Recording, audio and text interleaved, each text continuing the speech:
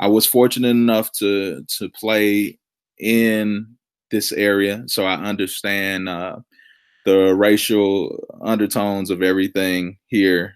And I can say that I've been in games where we played against Fox. For instance, we went out to Fox and we got dressed in the locker room. And before we went, our coach talked to the black players and told us, "You're gonna hear the N word tonight. Don't respond." And it was just expected for us to take it and have no reaction to it. And so, it's about being bigger than the team and all of that stuff. And so we would go to those games and you would go in the locker room, and I remember seeing Hangman drawn on the board and etched into the seats in the locker room. And on the Hangman, it literally said "in," and then it was an opening space, GGER. And so you see that, and then you go out on the field and you're playing and you make a tackle and the guy pushes you and calls you the N word. I actually got a 15-yard penalty because a guy did that to me, and I said, "What the F did you say to me?" And the ref threw a flag on me. And I told the ref what he said. And he said, "I don't care what he said. Watch your mouth."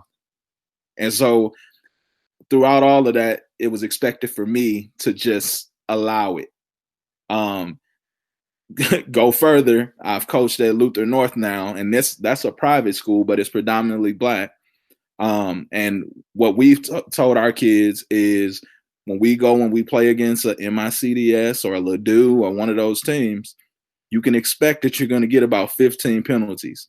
And you have to make sure that you win the game so handedly that it doesn't matter that you get those penalties, because we're seen as undisciplined.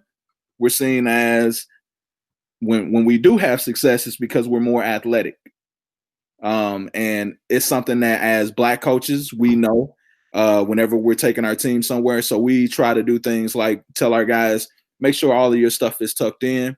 When you hear, if the ref asks you anything, make sure you say yes or no. So don't say anything else to them. We don't want to have any issues. We want them to perceive us as disciplined, because sometimes even if you're disciplined, but they don't perceive you as being disciplined, which most black teams are not seen that way, then it'll cost you. And then you have to also deal with the on the field stuff. Against MICDS, we heard things like, even when we won the game, we heard things like, well, you guys are going to work for us in the future. And, this is the only time you'll win in life. And these are things that were said. And even before the game, the parents were sending emails to our school about whether it was safe for them to walk to the field or not. And so when you're dealing with that, a lot of that stuff, from the time that we were at U City dealing with it to the time that we were at Luther North, we use those experiences to motivate our kids. And so if you go back, you'll see a lot of the times that we played against teams, we beat teams pretty badly, and we didn't care about what they had to say, because there was a time when we were at U City where teams that were predominantly white were, literally just killing us, and nobody cared. Nobody cared. It was okay. And once we started doing it, it became a problem. But we honestly didn't care, because we worked our butts off. We put in the things in place to build our kids up and give them the confidence to not respond to those things, and to respond by going out there and beating the team. And then after the game, we're gonna go and we're gonna make sure that we get college scholarships.